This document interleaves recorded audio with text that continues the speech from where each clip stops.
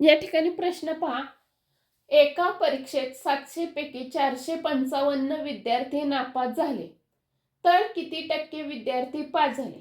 आता या ठिकाणी आपल्याला टक्केवारीमध्ये किती विद्यार्थी पास झालेत हे सांगायचं. मग काय करूया, 700 वजा 455 करूया. म्हणजे काय होईल तर पास झालेले विद्यार्थी निघतील. 700 वजा 455 केले की उत्तर किती येते तर 245 येतं. 245 हे काय तर पास झालेले विद्यार्थी आहेत. मग आता पुढे काय करायचं तर 245 छेद एकूण विद्यार्थी 700 गुणुले 100.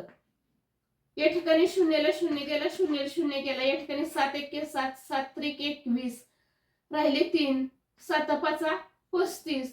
मग या प्रश्नाचं उत्तर काय आलं तर 35% आलेलं आहे. म्हणजे पर्याय क्रमांक 1 हे काय तर या प्रश्नाचं उत्तर आहे.